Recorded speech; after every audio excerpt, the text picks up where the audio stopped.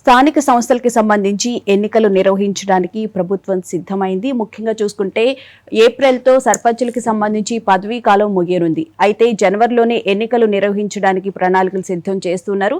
దీనికి సంబంధించి ఎన్నికల సంఘం అయితే అన్ని ప్రిపరేషన్స్ చేస్తున్నప్పటికీ కూడా బీసీ కులగణన జరిగాకే ఎన్నికలు నిర్వహించాలి అని చెప్పి కూడా ఎన్నికల కమిషన్ ఆదేశించినట్లు తెలుస్తుంది. మరి బీసీ కులగణన జరిగే అవకాశం కనిపిస్తుందా? 34% రిజర్వేషన్లు కల్పించే విధంగా కూడా కూటమి ప్రభుత్వం ఎన్నికల సందర్భంగా హామీ ఇచ్చిన నేపథ్యంలో మరి బీసీ కులగణన చేపడుతుందా? ముఖ్యంగా మనం ఇక్కడ తెలంగాణలో కూడా చూసుకుంటే స్థానిక సంస్థలకు ఎన్నికలు నిర్వహించాలని ఎప్పటి నుంచో అంటున్నప్పటికీ కూడా ఈ నెల 30 కల్లా ఎన్నికలు నిర్వహించాలని ఆదేశాలు జారీ చేసినప్పటికీ బీసీ కులగణన 42% బీసీలకు రిజర్వేషన్ కల్పిస్తామని చెప్పి ఇక్కడ ప్రభుత్వం కూడా చెప్పడం జరిగింది.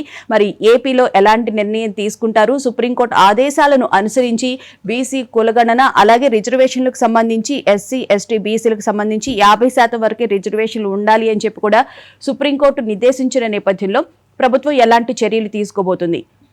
బీసీ కులగణన తర్వాతే జనవరిలో ఎన్నికలు నిర్వహించే విధంగా ప్రణాళికలు సిద్ధం చేసుకునే విధంగా కూడా ముందస్తు జాగ్రత్తలు తీసుకుంటున్నట్లుగా కూడా తెలిసింది.